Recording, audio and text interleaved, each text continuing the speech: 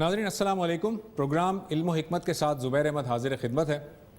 ناظرین، انسان اپنی فطرت کے اعتبار سے حصے جمالیات رکھتا ہے۔ وہ چاہتا ہے کہ اس کی آنکھوں کے سامنے جو نظارے ہوں وہ دل فریب نظارے ہوں، جنہیں وہ دیکھ کر ان کی طرف متوجہ ہو۔ وہ چاہتا ہے کہ اس کے کانوں میں جو آواز، جو بات سنائی جائے وہ بڑی دل فریب ہو، اور اسی طرح وہ چاہتا ہے کہ پوری کائنات میں اس کے لیے جو مناظر موجود ہوں وہ اس کی توجہ کا سامان بنے، اور اسی وجہ سے اس کے یہ جو حس ہے اس کی تسلی اور تشفی کے لیے اس نے بہت سارے اور مظاہر ہیں جن کو اختیار کیا ہے، جس کے اندر موسیقی ہے، شاعری ہے، مصوری ہے، اداکاری کو وہ اختیار کرتا ہے، اور انسان یہ چاہتا ہے کہ وہ ایک خاص روپ میں، ایک خاص ڈھنگ میں، ایک خاص کردار میں اپنے آپ کو پہچانے اور دیکھے کہ وہ اس کردار میں کیسا لگتا ہے اور لوگوں کو کیسا وہ نظر آتا ہے۔ یہ ساری وہ چیزیں ہیں جن کو ہم عرف عام میں فنون لطیفہ کہتے ہیں۔ یہ فنون لطیفہ کیا ہے اور اسلام اس کے بارے میں اپنی کیا رائے رکھتا ہے، آج ہم اس پر گفتگو کریں گے۔ میرے ساتھ تشریف رکھتے ہیں جناب جاوید احمد غامدی صاحب۔ جاوید صاحب سے ہم فنون لطیفہ کے بارے میں اور خاص کر کے یہ جو 4-5 جو میں نے چیزیں بتائیں ان کے بارے میں رائے جانیں گے، اور اس کے ساتھ ساتھ ہماری جو آڈینس یہاں پر موجود ہے ان سے بھی سوالات لیں گے۔ جاوید صاحب، گفتگو کو ہم بڑھائیں گے آگے اپنے آڈینس کے سوالات سے، لیکن سب سے پہلے میں چاہوں گا ذرا مختصر سا آپ ان پر روشنی ڈال دیجئے کہ فنون لطیفہ کی یہ جو مختلف مظاہر ہیں جن میں کہ موسیقی ہے، شاعری ہے اور مصوری ہے، یہ 3 جو چیزیں ہیں ان کے بارے میں اسلام کی کیا رائے ہے؟ جس طرح کہ آپ نے فرمایا، انسان کے اندر جو ایک بڑی چیز رکھی گئی ہے وہ اس کی حصے جمالیات ہے۔ یہ حصے جمالیات ہے جس کا ظہور زینت کی صورت میں ہوتا ہے۔ عربی زبان میں زینت کے معنی یہ ہوتے ہیں کہ ما یتزین بھی، یعنی وہ چیزیں جن کے ذریعے سے ہم کسی چیز کی تزئین کرتے ہیں۔ ہم کلام کی تزئین کرتے ہیں، آواز کی تزئین کرتے ہیں، گھروں کی تزئین کرتے ہیں، ہم اپنے شہروں کی تزئین کرتے ہیں۔ یہ جتنی زینت کی چیزیں ہیں ان کے بارے میں قرآن مجید نے سورہ اعراف میں ایک اصول بیان کر دیا ہے، اور وہ اصول یہ ہے کہ کل من حرم زینت اللہ التی اخرج لعبادہ، لوگوں سے کہو کہ میرے پروردگار نے یہ جو زینتیں پیدا کی ہیں انسانوں کے لیے، ان کو حرام کس نے کیا ہے؟ قرآن مجید نے اسی مقام پر یہ بھی بتا دیا ہے کہ حرام کیا کیا گیا ہے۔ چنانچہ انہی آیات میں آگے جا کے دیکھیے تو یہ بتایا ہے کہ کھانے پینے کی چیزوں کے سوا اللہ تعالیٰ نے صرف 5 چیزیں حرام کی ہیں اور گن کے بتا دی ہے۔ قل انما حرم ربی، یعنی ان سے کہہ دو کہ میرے رب نے صرف یہ چیزیں حرام کی ہیں، اور وہ کیا ہے؟ فواحش کو، بدکاری اور اس کے لوازم کو حرام کیا ہے۔ اسم یعنی حق تلفی کسی کی آپ کریں، بغی یعنی آپ کسی کی جان مال آبرو کے خلاف زیادتی کریں، وان تشرک باللہ ما لم ینزل بہ سلطانہ، بغیر کسی دلیل کے اللہ کے کسی کو شریک ٹھہرائیں، وان تقولوا علی اللہ ما لا تعلمون، اپنی طرف سے دین بنا کے پیش کر دیں۔ تو یہ چیزیں ہیں جن کو حرام ٹھہرایا گیا ہے۔ چنانچہ فنون لطیفہ میں بھی کوئی چیز اصلاً ممنوع نہیں ہے، اس کا غلط استعمال ہوتا ہے۔ وہ آپ کسی بھی چیز کا کر سکتے ہیں، شاعری کا بھی کر سکتے ہیں، موسیقی کا بھی کر سکتے ہیں، مصوری کا بھی کر سکتے ہیں۔ یہ چیزیں چونکہ انسان کی لطیف حص سے متعلق ہیں تو اس وجہ سے ان کے غلط استعمال کے امکانات بھی زیادہ ہو جاتے ہیں بعض اوقات۔ ان کے بارے میں متوجہ بھی کیا جائے گا، توجہ بھی دلائی جائے گی، کیونکہ ان 5 چیزوں میں سے، یعنی اگر موسیقی مثال کے طور پر، شاعری مثال کے طور پر شرک کے فروغ کا ذریعہ بن رہی ہے۔ تصویریں جیسے کہ رسالت مآب صلی اللہ علیہ وسلم کے زمانے میں یا تو مجسموں کی صورت میں تھیں یا پھر ان ہستیوں کی تصویریں بنائی جاتی تھیں جن ہستیوں کو لوگ پوجتے تھے، تو اس کو ممنوع قرار دیا گیا۔ تو یہ ان کا استعمال ہے، نہ کہ وہ اصلاً ممنوع ہے۔ اگر اس میں کوئی شرک کی چیز نہیں ہے، کوئی بدعت کی چیز نہیں ہے، کوئی حق تلفی کی تبلیغ نہیں کی جا رہی، کوئی فحش چیز نہیں ہے، تو ان کے ممنوع ہونے کی کوئی وجہ نہیں ہے۔ قرآن مجید نے بھی یہ بات واضح کر دی ہے اور روایات سے بھی یہی بات واضح ہوتی ہے۔ اچھا، ہم ابتدائی طور پر ایک ایک چیز پر ایک ایک سوال کریں گے، پھر اصل میں چاہوں گا کہ آڈینس کو ذرا زیادہ ہم موقع دیں۔ ابھی ہم قرآن ہی پر رہتے ہیں، حدیثوں پر بعد میں آتے ہیں۔ قرآن مجید میں جو لہو الحدیث کا جو لفظ استعمال ہوا ہے، اس سے مختلف ہمارے مفسرین نے یہ رائے اختیار کی ہے کہ لہو الحدیث اصل میں اسی موسیقی سے متعلق کہی گئی ہے بات۔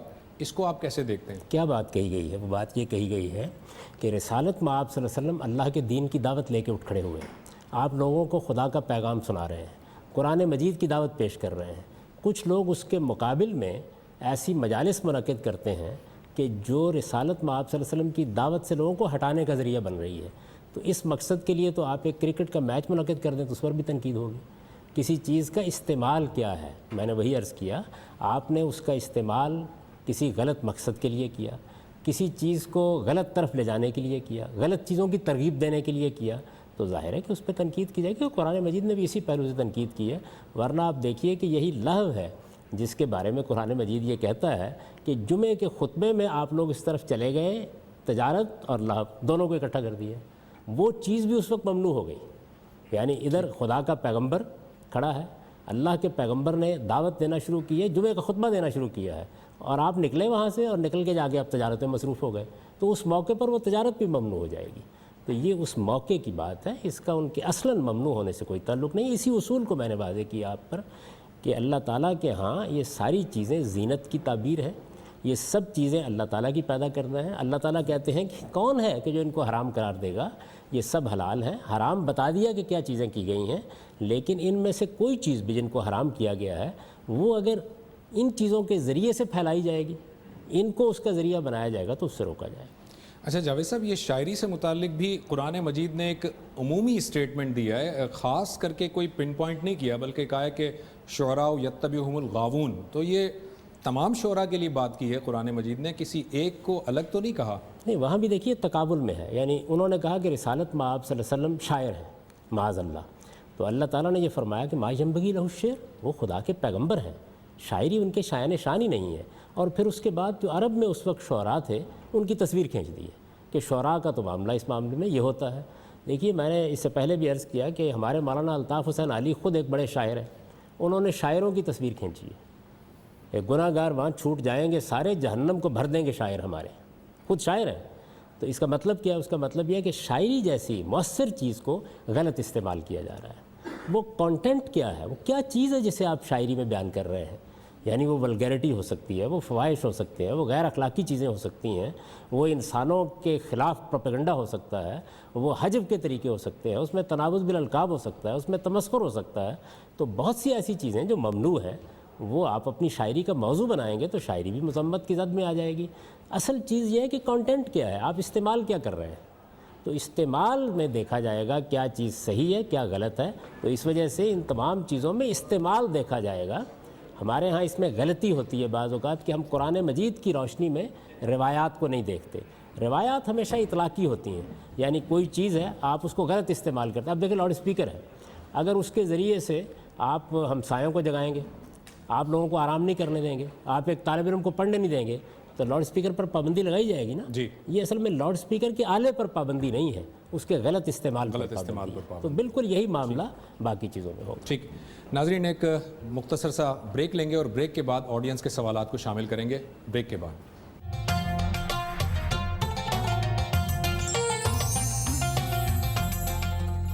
Welcome back. ناظرین, اب ہم سوالات شامل کرتے ہیں آڈینس سے. جی, میرا نام علی رضا ہے اور میرا آپ سے کویشچن یہ ہے کہ آج کل حمد و نعت میں آلات موسیقی کا استعمال بہت زیادہ ہو گیا ہے, جو کہ میرے خیال میں تو ایک غلط چیز مانی جاتی ہے بہت سے لوگوں کے ذہن میں. تو آپ اس کے متعلق کیا کہنا چاہیں گے؟ میں نے بطور اصول آپ کو بتا دیا کہ ان میں سے کوئی چیز بھی اصلاً ناجائز نہیں ہے. استعمال آپ کو دیکھنا ہوگا کہ آپ کسی چیز کو کسی غلط چیز کے فروغ کا ذریعہ بنا رہے ہیں, غلط جذبات برانگیختہ کر رہے ہیں, کیا چیز کر رہے ہیں. تو کانٹینٹ دیکھا جائے گا, وہ شاعری میں بھی دیکھا جائے گا, وہ موسیقی میں بھی دیکھا جائے گا, وہ مصوری میں بھی دیکھا جائے گا.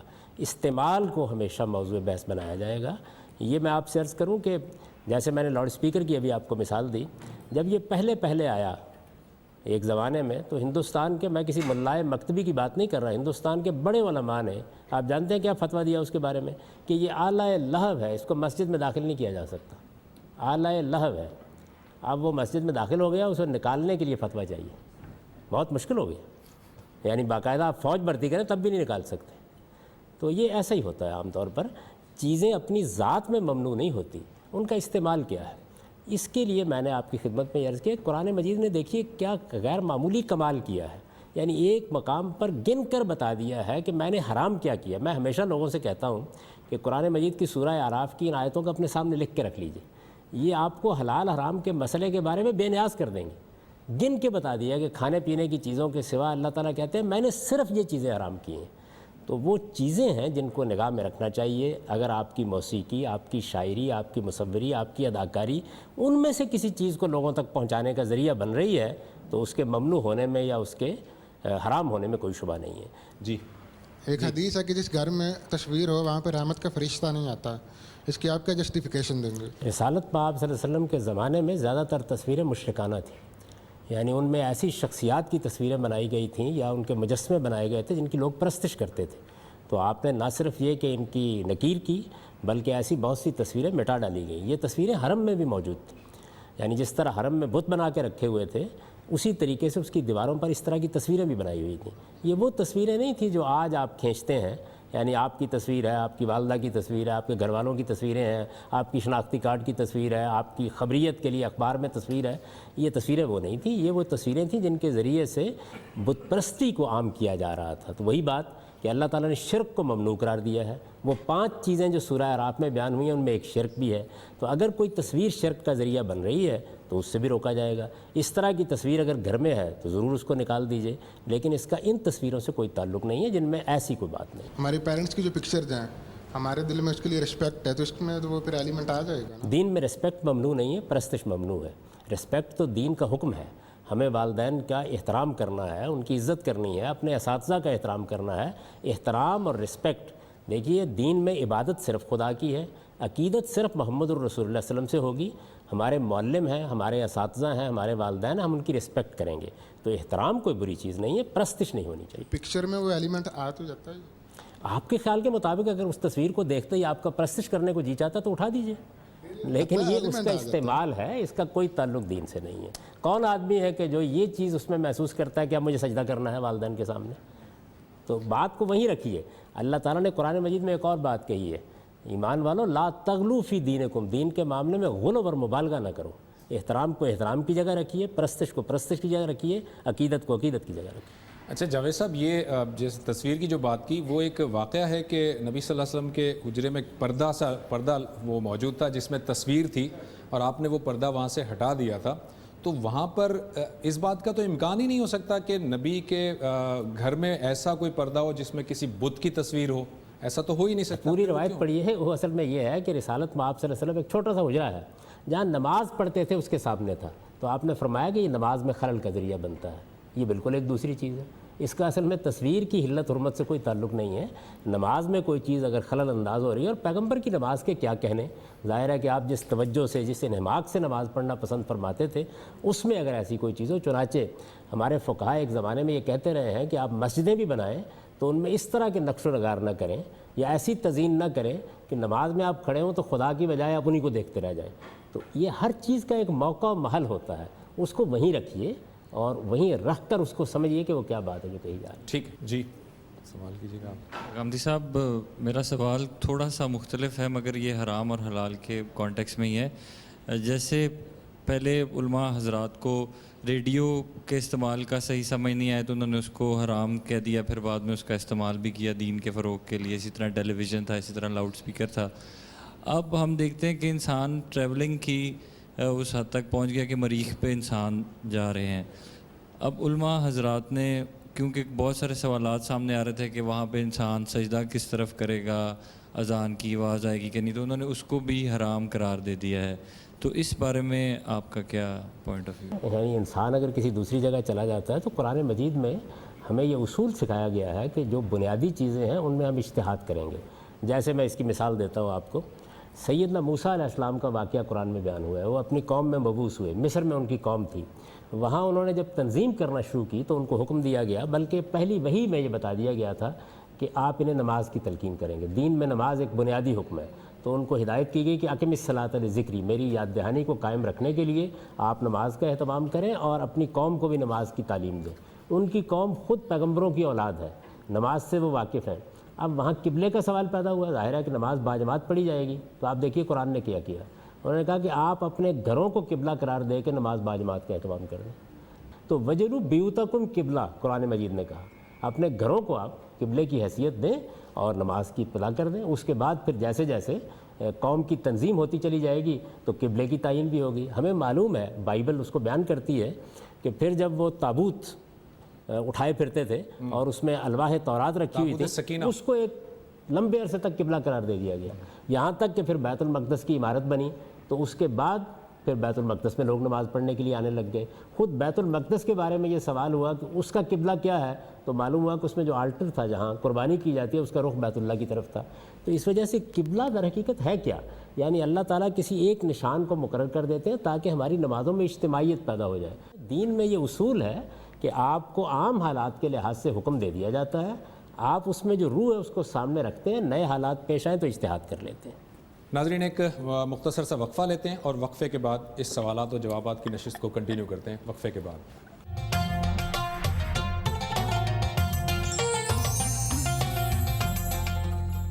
ویلکم بیک ناظرین, یہاں سے ایک سوال لیتے ہیں. جی السلام علیکم, میرا نام معاذ ہے. جس طرح آپ نے مطلب ابھی بات کی ہے کہ کچھ 5 چیزیں مقرر کردہ ہیں جن کے علاوہ کچھ چیز حرام نہیں ہے, تو کچھ کتب میں یہ مطالعے میں بات گزری ہے کہ نبی صلی اللہ علیہ وسلم کو ایک دفعہ ایک ایسی قوم دکھائی گئی جن کے کانوں میں پگھلا ہوا سیسا ڈالا جا رہا تھا.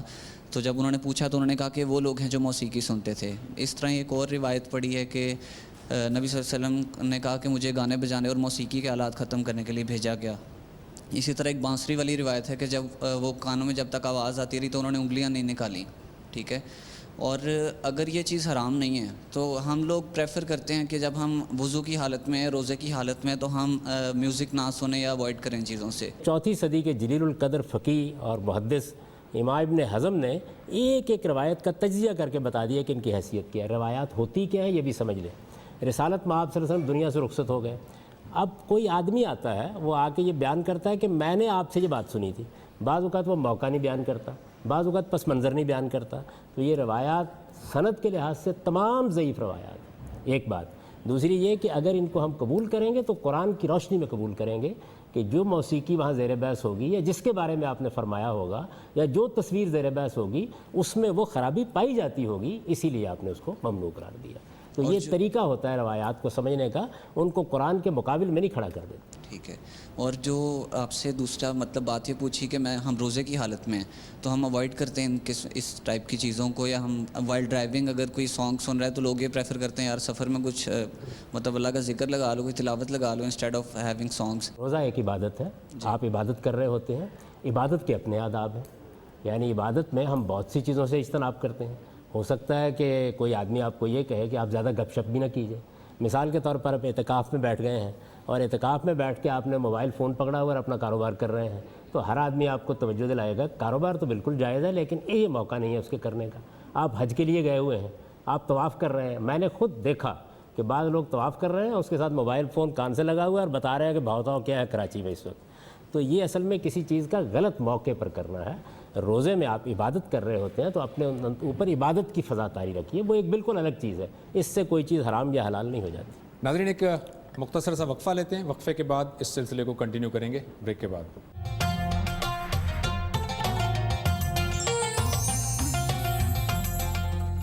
ویلکم بیک ناظرین. جی یہاں سے سوال لیتے ہیں.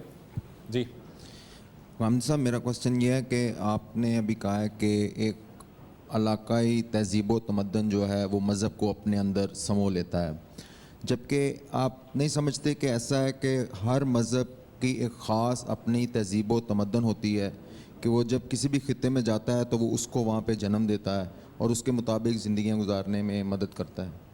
دونوں کام ہوتے ہیں. دیکھیے مثال کے طور پر اگر اسلام کو آپ لے لیں جو انبیاء علیہم السلام کا دین ہے, تو آپ یہ دیکھیں کہ اس کی تہذیبی اقدار کیا ہیں. تو آپ گن کے بتا سکتے ہیں کہ وہ بنیادی طور پر 3 ہیں. میں نے اس کے اوپر ایک مضمون بھی لکھا ہوا ہے میری کتاب مقامات میں, آپ اس کو پڑھ سکتے ہیں. پہلی چیز کیا ہے, ہمارے دین نے ہم کو سکھایا ہے کہ ہم حفظ مراتب کو ملحوظ رکھیں گے. بڑا بڑا ہے, چھوٹا چھوٹا ہے. سارے انسان آدم کی اولاد ہیں, سب ایک ہی ماں باپ سے پیدا ہوئے ہیں. میرے باپ میں اور مجھ میں اس لحاظ سے کوئی فرق نہیں ہے, ماں میں اور مجھ میں اس لحاظ سے کوئی فرق نہیں, لیکن رشتوں کا احترام قائم رکھا جائے گا. یعنی رشتے میں جو بڑا ہے اس کو بڑا سمجھا جائے گا, اس کو حفظ مراتب کہا جاتا ہے. یہ ہماری تہذیب کی بنیاد ہے, یعنی جو تہذیب ہمیں سکھائی گئی ہے اس کی بنیاد. دوسری چیز کیا ہے, حفظ فروج. یعنی ہمارے ہاں جنسی انارکی کا کوئی سوال نہیں ہے, بدکاری کو ممنوع قرار دیا گیا ہے, بڑا گناہ قرار دے دیا گیا ہے. تو ہم عفت مابی کو اپنا آئیڈیل بنائیں گے, اس کو مثال میں رکھیں گے, وہ ہماری پوری تہذیب میں سرایت کرنی چاہیے. اس کے لحاظ سے بہت سی رسوم پیدا ہوں گی, روایات پیدا ہوں گی, ہمارے لباس میں, ہمارے رہن سہن میں اس کے اثرات ہوں گے. تیسری چیز امر بالمعروف نہی عن المنکر, یعنی ہم اپنے معاشرے سے بے نیاز نہیں ہوں گے. ہمارا دین یہ کہتا ہے کہ جو بھلائی کی باتیں سب کے نزدیک مانی ہوئی باتیں ہیں ان کے بارے میں ہم ایک دوسرے کو تلقین کرتے رہیں گے. جو سب کے نزدیک برائی کی باتیں ہیں, چوری ہے, بدکاری ہے, دوسروں کا حق مارنا ہے, ملاوٹ کرنا ہے, ان سے لوگوں کو روکتے رہیں گے. تو یہ 3 چیزیں اسلامی تہذیب کی بنیادی اقدار ہیں. یہ جس جگہ بھی اسلام جائے گا وہ ان تینوں کو فروغ دینا چاہے گا. لیکن انسان ہے, وہ ہندو ہو سکتے ہیں, وہ ایرانی ہو سکتے ہیں, وہ بھی اپنا کلچر, اپنی تہذیب, اپنی روایات لے کے آئیں گے. نتیجے کے طور پر وہ کلچر اور روایات جو ہیں وہ بعض موقعوں کے اوپر مذہبی احکام کی طرح لوگوں میں جاری ہو جائیں گی. تو یہ دونوں کام ہوتے ہیں. اس وجہ سے یہ ضروری ہوتا ہے کہ اللہ کی کتاب کو سامنے رکھ کے, رسالت مآب صلی اللہ علیہ وسلم کے ارشادات کو سامنے رکھ کے ہم مذہب کو ان چیزوں سے الگ کر کے دکھاتے رہیں کہ یہ کلچر ہے, یہ تہذیب ہے, یہ روایت ہے, اور یہ چیز جو ہے یہ ہمارے مذہب کا حکم ہے. ٹھیک. مذہب جو ہے وہ اپنی ایک خاص تہذیب رکھتا ہے کہ مثال کے طور پر اگر یورپ میں اگر اسلام بڑھتا ہے تو یورپ کے جو لوگ ہیں وہ اخلاقی اقدار جیسے کہ لین دین کے معاملات ہیں یا سچ بولنا ہے, اس طرح کے معاملات میں تو پہلے ہی ہم سے بہتر ہیں. تو اگر اسلام یورپ میں پھیلتا ہے اور وہ یورپ کی تہذیب اور تمدن کو ہی تبدیل نہیں کر پاتا اور وہ اس کی تہذیب اور تمدن مذہب سے جدا ہے جیسا کہ آپ پہلے کہہ رہے ہیں, تو اس میں پھر مذہب کا کیا کردار ہوگا؟ ٹھیک. وہی کردار جو میں نے آپ کو 3 نکات کی صورت میں بیان کر دیا ہے. یعنی ہم جب اسلام کی دعوت لے کے جائیں گے تو ہم ان کو خدا شناس بنائیں گے, عقبہ شناس بنائیں گے.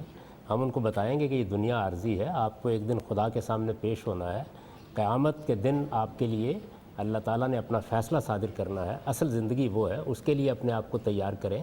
ہم ان کو نماز بتائیں گے, ہم ان کو روزہ بتائیں گے, ہم ان کو حج بتائیں گے, دین کے احکام بتائیں گے. اور وہ 3 چیزیں جو ہماری تہذیب کی علامت ہیں, یعنی حفظ فروج, حفظ مراتب اور عمل بالمعروف اور نہی عن المنکر. تو پہلے اسلام کو سمجھ لیجئے وہ ہے کیا, وہ جائے گا. یعنی ہم اپنے تصورات لے کے نہیں جائیں گے بلکہ جو باتیں اللہ نے اپنی کتاب میں بیان کی ہیں وہ لے کے جائیں گے. جب وہ ان کو قبول کریں گے تو ان کی زندگی پر بھی اس کے اثرات ہوں گے. نہیں قبول کریں گے تو اللہ کی دی ہوئی مہلت ہے, وہ اللہ جانے اور قیامت کا دن جانے. ہمارا کام پیغام پہنچانا ہے. اچھا جاوید صاحب, ایک اور شعبہ ہے جس کی طرف ہماری آڈینس نے توجہ نہیں دلائی, وہ ہے اداکاری اور صداکاری کا شعبہ.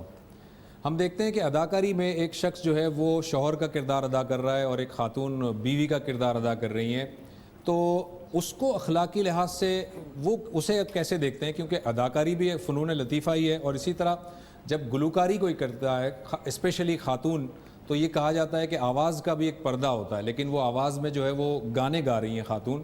تو اس گلوکاری کو اور اداکاری کو کس زمرے میں رکھیں گے؟ کہا تو بہت کچھ جاتا ہے, لیکن جو کچھ خدا نے کہا ہے میں نے آپ کو بتا دیا ہے. تو ان تمام چیزوں میں بھی وہی چیزیں دیکھی جائیں گی. ان میں سے بھی کوئی چیز اپنی ذات میں ممنوع نہیں ہے. آپ یہ دیکھیں گے کہ ان کے ذریعے سے کس چیز کا ابلاغ کیا جا رہا ہے. کیا فواحش پھیلائے جا رہے ہیں, کیا جنسی ترغیب دی جا رہی ہے, کیا حق تلفی کی ترغیب دی جا رہی ہے, کیا شرک بتایا جا رہا ہے. تو میں نے آپ کو یہ بتایا کہ قرآن مجید نے اس معاملے میں فیصلہ کن بات کر دی ہے. اور دیکھیے کن الفاظ میں کی ہے. یعنی آپ نکالیے کبھی 31-32 آیات جو ہے یہ سورہ اعراف کی, ہے للذین آمنوا فی الحیات الدنیا, میں نے تو یہ اس دنیا کی زندگی میں پیدا ہی ایمان والوں کے لیے کی ہیں, خالصۃ لہم یوم القیامہ, قیامت میں ان کے لیے خاص کر دوں گا اور منکرین کو محروم کر دوں گا. اس کے بعد یہ کہا ہے کہ ان سے کہو میرے پروردگار نے صرف یہ 5 چیزیں حرام کی ہیں.